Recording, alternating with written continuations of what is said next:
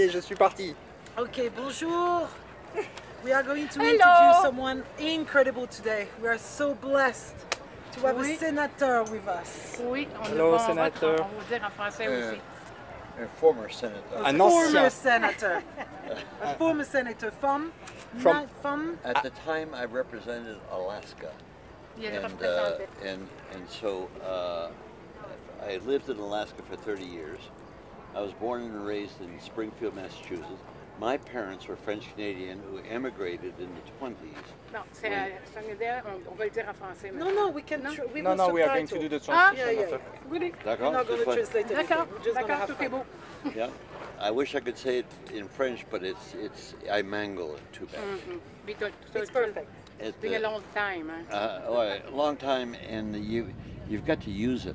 Yes. And what was sad was when I was young, my parents spoke French at home. My dad could barely speak English after 40 years in the United States. And so we would, my parents would speak to us in French, and we would speak in English. And now I so regret that I did not concentrate on developing my French.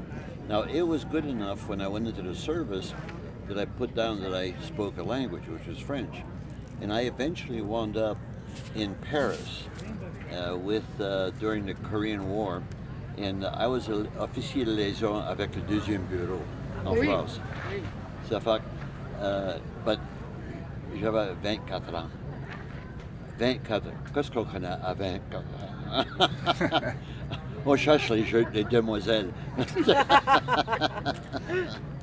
So that's a little synopsis or introduction. Yeah, it's a good one. So you was a senator from, the date was from the 1969 to 81. Now, just remember how old you are. You were kids. I was born in 71. You were born 2 years after you was a senator, elected. I was born. Yes. So, Yes. And I left before you got into your teens. Yes. It was a very when I went to Alaska, it was not a state; it was a territory. And so as a territory, but I knew I did research, and I drove a cab in New York City to get through my last year at Columbia University. And so I did research, and I picked two places, Alaska or New Mexico. And I went very different weather. Well, that's exactly what happened. I'm from New England, and so I don't like heat very much. And so I picked Alaska to go to, and then my brother was a pharmacist. He went up there first. Then I followed him up there. I drove a car all the way up to Alaska. The first time he bought a car. I didn't have any money. I was broke. I just drove a cab through the summer in New York to be able to get to Alaska. I got to Alaska on a Sunday afternoon and broke, and I had a job on Monday morning, selling real estate. Then for 12 years went for real estate sales, worked on the Alaska Railroad in the wintertime as a brakeman, and then got my own office real estate from there to development, and then from there got elected to the state legislature. Was then in 1 year was Speaker of the legislature. Amazing. And then I ran for office and lost, and then ran again, and I won the Senate, and was 12 years in the Senate till 1981, and that was the year that Ronald Reagan got elected. Okay. And so I was out, the Democrats were out, but I was a maverick, and so the Democrats did not support me. They were glad to get rid of me, but I predicted, you get rid of me and you're not for change, they're going to get rid of you. And that's when the Democrats lost control of the Congress. And so it's not unlike the situation we have today, where the Democrats are in the minority, and rightly so, because they did not do a good job. Like Obamacare, what we should do is we should have a system like in Canada. I can recall Pierre Trudeau and I were good friends, and he spent the holidays with me once at my home, and Marc Lalonde was at the time designing your health care plan. And I told Mark, oh, this won't work, and this and that is the old American arrogant number.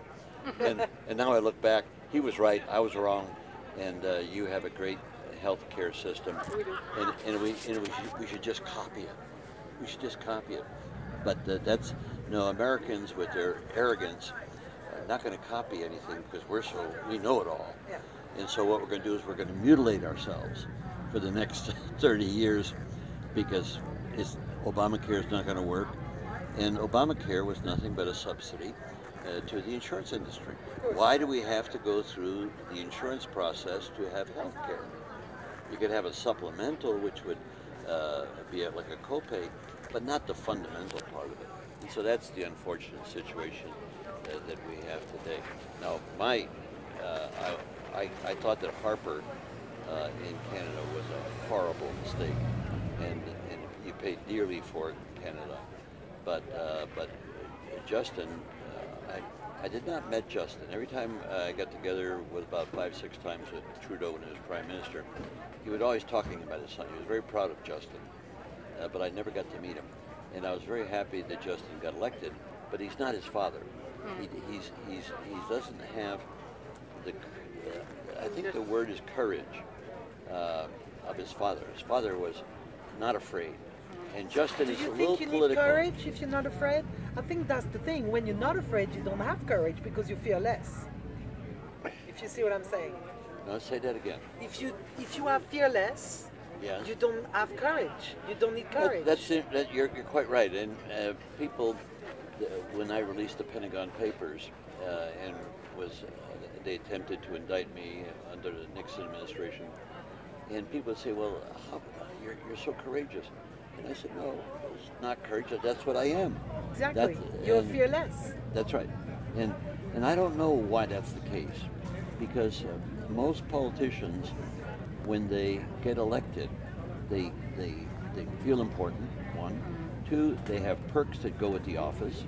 They get the reverence, it's like get at the head of the line, Yeah. And I still have that perk outside of Congress, but the tragedy is that we'll cut that one. Senior moment, I forgot the point I was going to make. How would I say it? Un coup de mémoire. Un coup de mémoire. Un trou. Un trou de mémoire. Oh, un trou de mémoire. Voilà. Yeah. Well, voilà. I'm expanding my vocabulary. I got a lot of holes. Yeah, it's interesting that when you gave those papers, what make you want to speak? Yes. Well, there's two elements to it. One was the historic element. The other was when Ellsberg called me with these top secret papers that the FBI and everybody was looking for, and I got my hands on it. And he asked me, before he got them to me, he asked me would I release the Pentagon Papers. I was filibustering the draft, the military draft. I was filibustering. I forced the end of the draft into superpower of the United States. That's the reason why we have a volunteer army. We don't have a conscription. So when he asked me if I would release the papers as part of my filibuster, I said in a second, yes. And so people, when I repeat that, I say, well, how could you know to say instantaneously that you would release it? Well, let's go back to when I was in the service. I went into the service. I volunteered. This was during the Korean War, and I wanted to be a spy, espionage. Mm-hmm. Romantic. 23 James years Bond. old. Yeah. Oh, yeah. Yeah. Well, here I was in Europe, and I had a trench coat, a snub-nose 38, which was too heavy. So, Wow. and traveled all over Germany, and so I had that romanticism.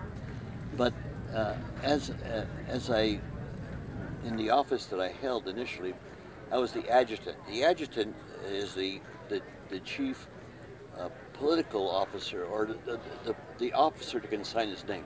Second lieutenant. I mean, I was 23 years old, second lieutenant, never traveled very much. I'm in Germany, and and I'm in this organization, that the cover for this organization was the CIC, the Counterintelligence Corps, which I had enlisted in. But now I'm in the CIS, the Communications Intelligence Service. And so as the adjutant, I was the top secret control officer. And behind my desk, I had a whole bevy of safes full of top secret documents. Well, when I had purchased a convertible car that I could barely afford, and so about 2 weekends a month I couldn't do anything because I didn't have any money. And so I would go to the office and I'd sit at my desk and I'd open up the safes because I had all the company, and I would read all these top secret documents. Well, it was ridiculous. This was just like reading James Bond, and it made no sense at all to me. But it was all how we invaded this embassy and how we, a lot of stuff. So I've just made up my mind that this is expensive. We're gonna declassify, and we got to burn it. So I get a sergeant from this other organization because I needed a non-com, and so we burned a lot of top secret documents. I did at 23, 24 years old. Okay. So now we go forward. I'm a United States senator. The Pentagon Papers were released by Ellsberg to the newspapers, and so what the Nixon administration did was to send a copy of the Pentagon Papers, which was about this high in paper, to the Senate and to the House of Representatives. Now these are our highest elected officials. The papers were placed in a room, and in the room were 2 policemen, 2 guards with arms, and only a senator or a member of Congress could go in and read them, could not take notes. I mean, they were treating us like children. And so when I went in, when he called me, I said, "This is ridiculous. Of course I'll release him." And so I proceeded to do that, and then Richard Nixon tried to get me indicted. The issue went to the Supreme Court. The issue that because as a history buff, I was aware of, the speech and debate clause of the Constitution of the United States. It says that a member of Congress can reveal anything that he chooses or she chooses to reveal without the possibility of being questioned in any other department of government. And so what happened was when Nixon took this issue to the Supreme Court, I won unanimously that any member of Congress could reveal any secret to the public if he felt that was his duty. The tragedy is no member of Congress since 1972 has revealed anything. So do you think, is it about corruption? Why it is. Well, that's what I'll be talking about initially is Sunday was one of the issues is the issue of secrecy. Secrecy is very much ingrained in us as human beings. It's I know something you don't know. It's tied to the emotion of jealousy. It's tied to the emotion of superiority. It's tied to all of these deep-seated cultural traits that we see superficially. So when I become powerful, I now want to protect my power. So anybody who's in power, whether it's a governor, whether it's a provincial prime minister, whether you name it, the minute they acquire power, they have an instinct to protect it. What's the best vehicle to protect your power? Is to not let people know what you're doing, because if they know you're doing something and it's bad, it will turn around and damage your ability to retain your power. So what you do is you develop an element of secrecy, and so this is structurally total part of government, because that's where power is lodged. And so now you have a situation where secrecy is the bane of our life. The thing that I find interesting is that now there is a lot of it's the time of the big revealing. Like suddenly people attitude and act are being caught, but they're still not getting punished by it. That's very interesting. Corporate people are not being punished. Corporate, but even like in the French government, we have Fillon, that just got busted for giving his wife a false job for with 100. Nothing happens to him. I mean, everybody went boo. Well, That's because, about it. well, except that that's No, nothing else will no, happen. There's nothing on the books. There is, darling, darling. there is on the books. This is very interesting because everybody was doing it. Everybody Exactly. was doing it. Everybody's To a doing degree, it. to a degree. Yeah. So now when you So say nobody wants to he gets follow caught, that. they figure, oh, he's been punished, he's lost the premiership or the presidency. Well, let's leave him alone because if we dig too much, it's going to come too close to me. So that's the dynamic. When I think you asked me earlier, Yeah. what level of When we corruption was- is there in the Congress or in the Senate? And I said 100%. 100%. And I include myself in that. I look back and say, well, that wasn't great. That wasn't my finest hour. But Well, at least you are authentic and you set yourself free by admitting such things. well, because and I can't take it goes back to what you're talking about, courage. It's not courage. It's me. It's the way my body is made. It's the way my Your metabolism, my intellect is. I don't suffer authoritarianism very well when it applies to me. I can tolerate it with others, but I can't. I always felt that it was very important to question authority. Whenever I Yes. make speeches at high schools or with kids, learn to question authority. Well, Because the we new raise kids our are doing children, it. we raise our children to listen to authority, Yes. listen to Yes. mama and papa. And all of a sudden and we wonder why when they're adults that they're robots. Because they've been listening.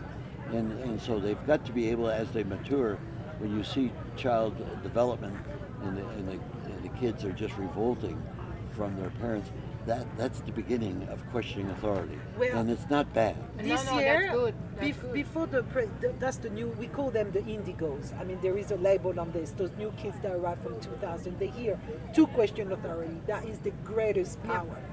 And after, when Macron and Le Pen was doing this thing a couple of months ago, the only group of Society of France that went in the street and screamed, no leader, no chef, no master. No master. We do not want any more leaders, were the teenagers. And I'm Say it so in French. Say it in French. Ni maître, ni chef, ni maître. Ni men.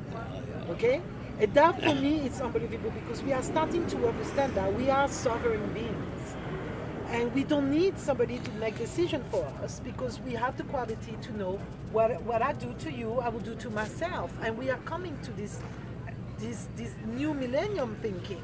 The energy of the 19th century, of last century, is really about unity and separation. But since 2000, it's really oneness. And you see it in the kids, in their But blueprints. the problem is you need a process to exercise that newfound wisdom.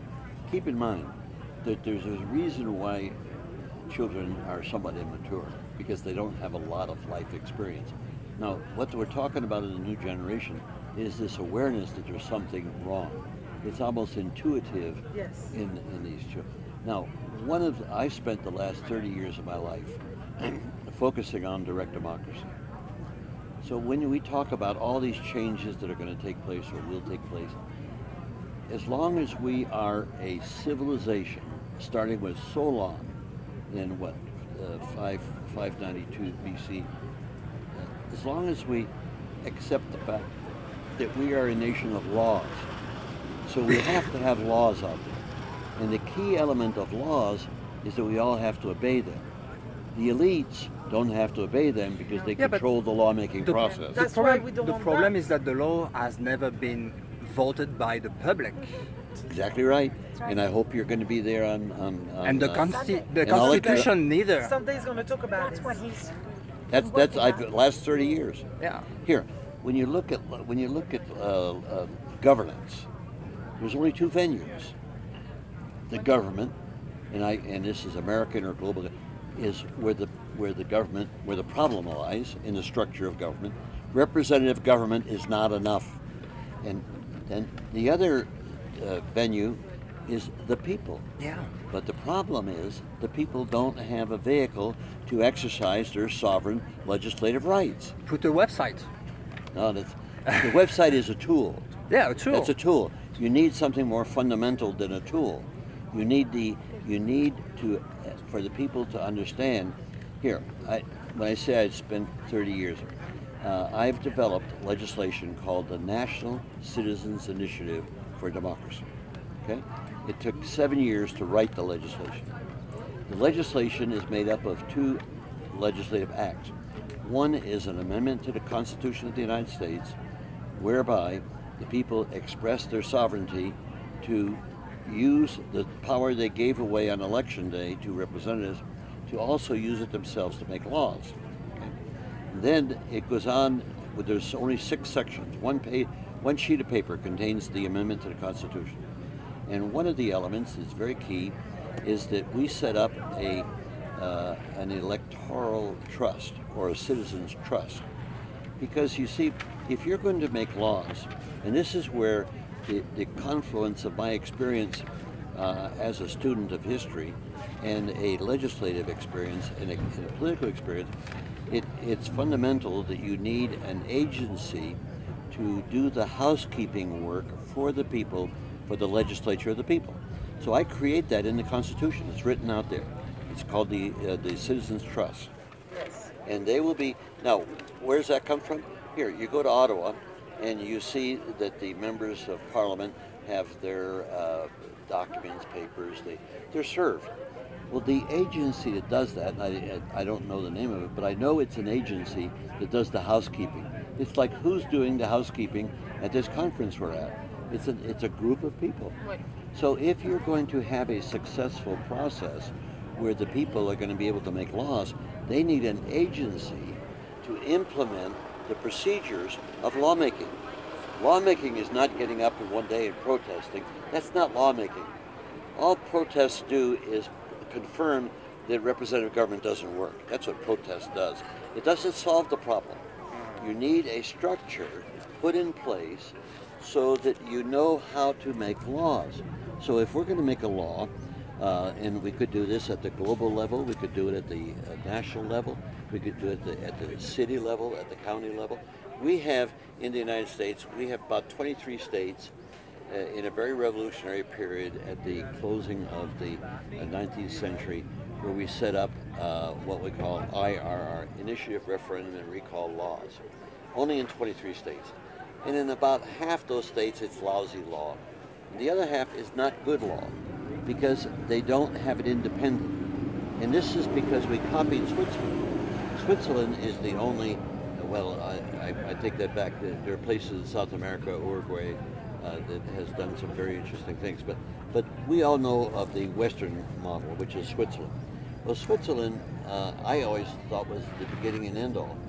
I lectured in Bern and found out from others that it's not the beginning and end all. They made a mistake. It evolved, and what they did is they never separated the lawmaking of the people from the lawmaking of representatives. Now, since the lawmaking of representatives, they're working full-time within the government, but the people are not full-time. So there's a corruption that takes place. So I saw this very clearly in the United States. I didn't assume that that was the case in Switzerland, but then I had some people really tell me about some bad things that were done, and I said, it's uniform. You have to separate representative government from the legislature of the people, because if you don't, the representatives who are full-time are paid, they're going to corrupt the process, and they do. They do it in the United States all the time. I have a question. Why do you want a government? Why do you want still a government? Well, we don't have an alternative for collective action that's seasoned. In the legislation I've written, I do not change the existing government, except I require that when the people vote on legislation, before they vote on legislation, that the government, the agency, whether it's state or federal government, they have to vote on this issue non-binding, so the people are informed. Now, you've got to understand the legislative process. As I pointed out to you, it's not just waking up one day and protesting. It's a process of learning. It's a process of reacting. It's a process of bringing other people into the knowledge base. Now, if you don't have that process, you have anarchy. And that's what's wrong. You see what's going on in Venezuela right now. It's just horrible. Yeah, horrible. that's horrible. But But they have a government, and And the government abused, representative government abused their powers. there was no government for 1 year in Spain. 1 year without any government. The country was fine. There was no government in Belgium for 6 months. The country was turning. No, here, you misunderstand that, truthfully. There was no government in the United States for 18 months. When Richard Nixon was listening to his tapes, who was running the government? He couldn't run the government, he's listening to his tapes. So it's the bureaucracy that is making the structure. It goes structure. And you see this. I know this basically somewhat with the UK, is that the members, election people leave, and it's the same thing in the United States. The members of the Senate, the House, of course they stay there forever. That's another problem. But what happens is that I lost trou de mémoire. Trou de mémoire. I just had a trou de mémoire. but in answer to your question, you do need government. You need a structure for human beings to act in. If you don't, then it's survival of the fittest, and it's who's got the most military weight and the most arms that dictates. So when you see a situation where, like in Belgium, they had no functioning government, or in France, what it is the bureaucracy is so entrenched. This is what we saw in Germany at the end, the last 3 years, where the people could not come dislodged from Hitler. He had such a mesmerizing effect on the populace that there was no way to contemplate any possible change, and there was no procedure for change. He made sure of that. So now what we do is when we fashion a new structure for human governance, what we have to do, now keep in mind, when you worry about the representative government, when you put the people in power, okay, they can amend the Constitution, they can make laws, okay, they're in power. Supposing the Supreme Court or the Congress, the people pass legislation and the Congress changes it. Whoa, we the people will put that again. They change it again. Well, let's put an amendment in to wipe out the Congress. They have that power. The minute you put the people in power with the ability to change, they are the final authority. Yes. It automatically makes the people the senior partners in this partnership with representative government. And the elites understand this, because I have been shut out. When I ran for president, this was the reason I ran. I got to tell you, I was never questioned about it. I would state it, that was it. It was like falling off the table. And then, now let's go on. What's your position on what's going on in Iraq? And I had a lot of different positions. And so I got trapped into that and was never able to articulate continuously why I ran for president, which was to inform the people of the United States that there is an answer. And there's an answer to Trump, and there's an answer to what we face, is to empower the people to make laws. But it's a complicated process, and it has to be complicated. Otherwise, it falls into anarchy. Does that help a little bit? Yes. I understand your point of view. I have a different one. What's your point of view? My point of view is that I have memory of past life in different planets. In those planets, there is no government. And by the way, I don't know if you know it, but the word itself, government, that is a Latin form. I'll concede this before you go too far. I'll concede this. You're probably right. But it's an evolutionary process that will take us there. It's an evolution. Right now, the biggest barrier we have to evolution was the establishment of representative government. That took place at the end of the Enlightenment.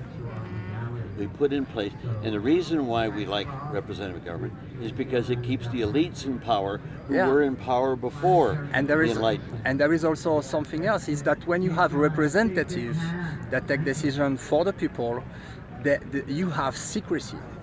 Of course.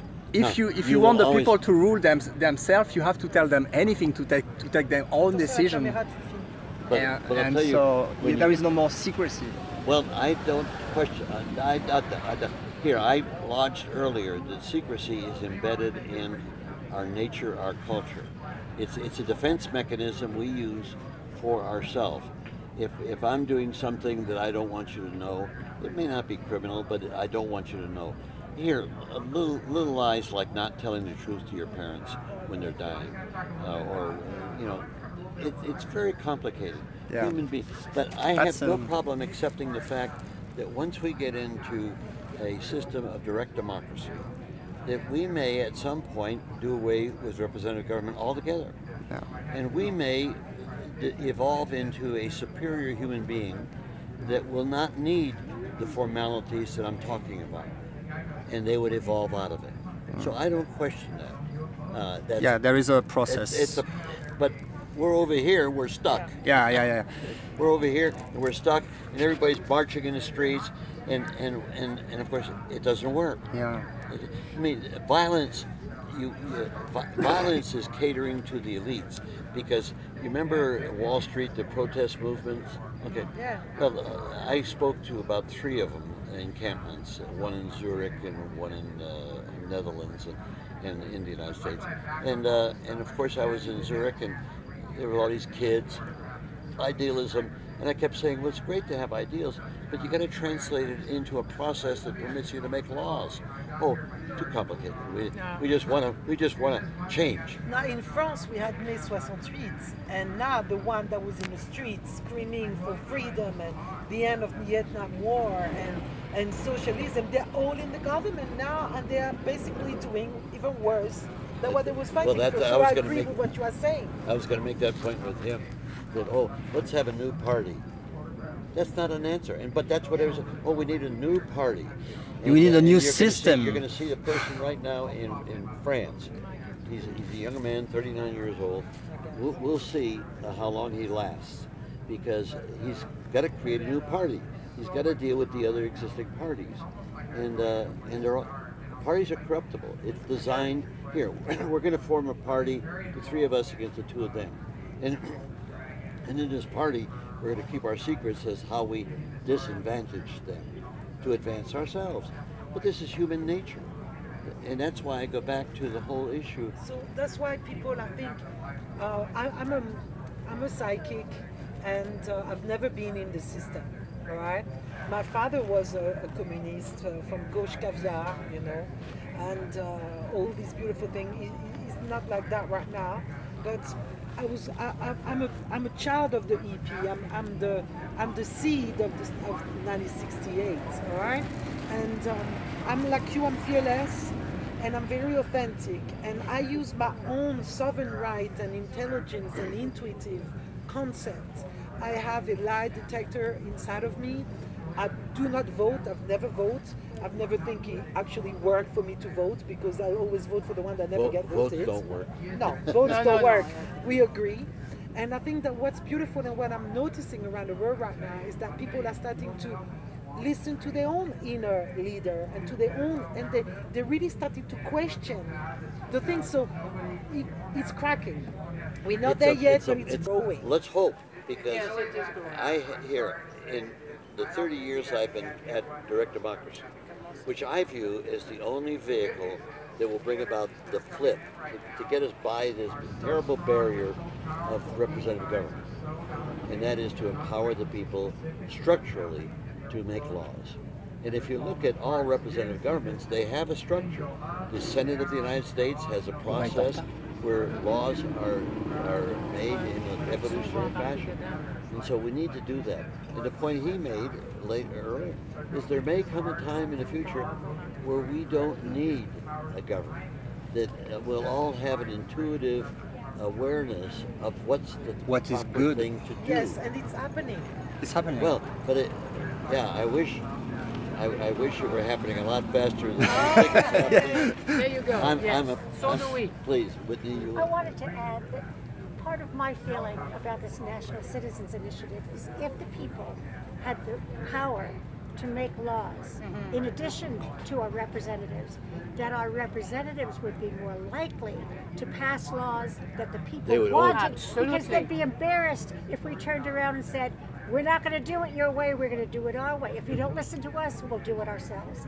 And so I think having the people in the process Can be a good transition. puts the feet of the elected representatives to the fire. Yes, I agree. And do if you they see and if this they don't happening? respond, It's not happening yet, although in California, where we have the initiative, it has helped. In Have you some met ways. Marianne Williamson? No. Oh, she's a senator in California. Maybe I don't say her name right. Marianne Williamson. from where? She must be a state senator. Yes, Okay. I'm sure you will like this young woman. I mean, Do you know what area does she represent? she's from California, and North or south? that's a very good It's question. such a big state.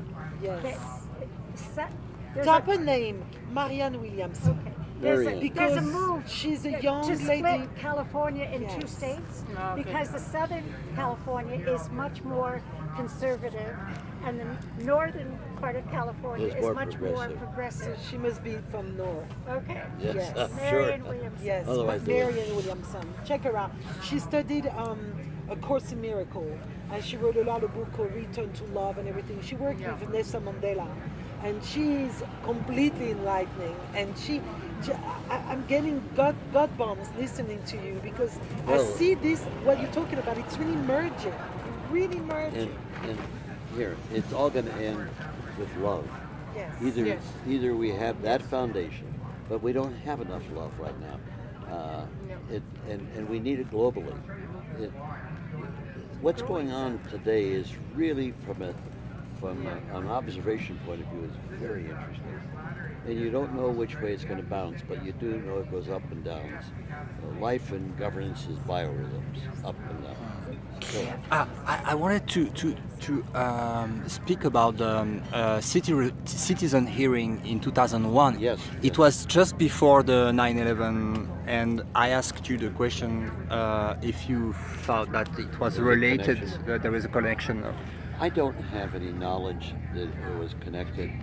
My sense of 9/11 was that it was ordained before the hearing. It has been played Because way you've long. got to understand where this comes from. You're familiar with the word neocons, the neocons in the United States, and the liberal interventionist. It's American imperialism at its worst, and it's been there for a long time. That's the product of being the successful leader of the Second World War. The co-success, because Russia really won the war more than the United States, and they paid a price for it. So now you had these two areas that were in conflict, and another through I lost the point I was trying to make. 9/11. Oh yeah. So what happened was, in my mind, they wrote a letter to Clinton in 93, 94, the neocons, saying you've got to invade Iraq. But the plan was Iraq, seven countries. Syria, What, 7 countries, right? yeah, seven Yeah, countries, 7 countries. including Saudi Arabia. Saudi Arabia. Okay. Yeah. So, and what the theory was, or the logic was, that if we can get a hold of the oil which fuels the world, then we can grab a hold of that, and then we can back it up with our military power, since nobody's as strong as us. So that was the vision of the neocons. Crazy as all get out, but the United States is going to rule the world like Rome. And of course, it went afoul in in Iraq, when we went from one stupid mistake to go in to the next mistake to the next mistake, where it was just terrible. But the neocons have never given up, and they controlled Clinton's when he was president. Because they took control at the end of his presidency, and that's when George Bush came in. And then during all of George Bush, the neocons controlled, and then they placed people in the bowels of government. So we've got a lot of neocons and what we call liberal interventionists. They're liberals, but they think it's okay to overthrow the government because they've got wisdom. They know what the people should have. So now what you have is a situation where we now get to Obama, and Obama becomes totally controlled by the neocons. And I'll give you the example. The best example is what we did in Ukraine. You know, we blame Ukraine. whatever happened. Well, this is Putin's invasion. We had it before in was it Chechnya with Abkhazia, the Saakashvili invaded South Ossetia and was killing people, and that was we supplied him with the weapons, the United States did, and so Putin scotched that, and so they kept in limbo North and South Ossetia and Abkhazia. So now we move forward. The neocons are still at it, and we spent, and this is now public knowledge by the Undersecretary of State, Victoria Nuland, whose husband is a big neocon, and she made the statement that what we've got to do is the United States spent $5 billion to destabilize the government of Ukraine. Now, of course, we've spent that much money and more to try and destabilize Russia. So, and we do it now. We do it now. This whole hoax of everything is Russia on us. No. The malware that's now being visited, the corrupting of our computer systems, that comes from the United States. That's the NSA that created this to be able to go damage other countries. We did this in Iran with Sputnik. And so the evil. And you told me that 9/11, you think that it's an inside Oh, well, job. now let me get back to 9/11. So now you've got a situation where the neocons control the government, but it's not responding. And so what we needed to do, and the statement was made by one of them, we needed to have a Pearl Harbor event to energize the anger of the American people and the ignorance behind that anger. Okay, so lo and behold, if you look very closely, and I did, I spent a lot of time studying 9/11, but all you got to do is just go to Building 7. You don't have to go to the others, which is, it clearly was brought down, and the details of it. It's a conspiracy, and of course now, when we tried to get a new commission, the media won't even cover it. We need a serious commission to look at what happened in 9/11, and the commission that we had was ridiculous. They didn't even address Building 7. Yeah, I know. And there were several And others. the fact that they found a passport, the ash. Oh yeah, Everybody open. survived and they found a passport. Come on. yeah. France is the same now. After Charlie Hebdo, which 12 of the friends of my family got killed in that, it was a month that they had no protection, and they found the ID card like in 9/11. I was like, hello, it's so huge. I can't even believe it. Oh yeah, well that's right. But you see, you can deal with easy lies, but when you got the big lie, you can't deal with Yeah, it. it's like it's so Goebbels big made that that you so cannot- clearly. The bigger the lie, the easier it is to get people to accept it. And that's what 9/11 is. In mainstream. Now, when we're talking about mainstream media refusing to even countenance a new commission, okay, that was under Bush, that was under Obama, and it's now under Trump. So you got this blanket over it. We can't look at it. We can't even ask about looking at it, because if we ask about looking at it, they call us kooks. Like we're all kooks here at this meeting. Yeah. And so this is the way mainstream media deals with it. But this was the mainstream media under Bush, under Obama. Now we got Trump. And the mainstream media has reversed itself. Now it's fighting the government because that's not who they want in power. So it's such a melange of ridiculousness that it's beyond comprehension. But it's helping for the awakening of the people because it's so obvious now. Obviously, but the awakening is here. You get Trump is a good example. You have the awakening of, let's say, the progressives, which is Bernie Sanders. Okay, and so the Democratic Party, the party has the power at the elite level, and so they crush the ability of Bernie Sanders to win the primary. Bernie should have won the primary, Of course. Yes. and he probably would have beaten Trump. Yeah. But Bernie Sanders really was fine, but he had his limitations. He has been threatened. He was Huh? not He has been strong threatened. He's been frightened. No, Yeah. I think it's more. Threatened because he. No, I think it's more fundamental than that.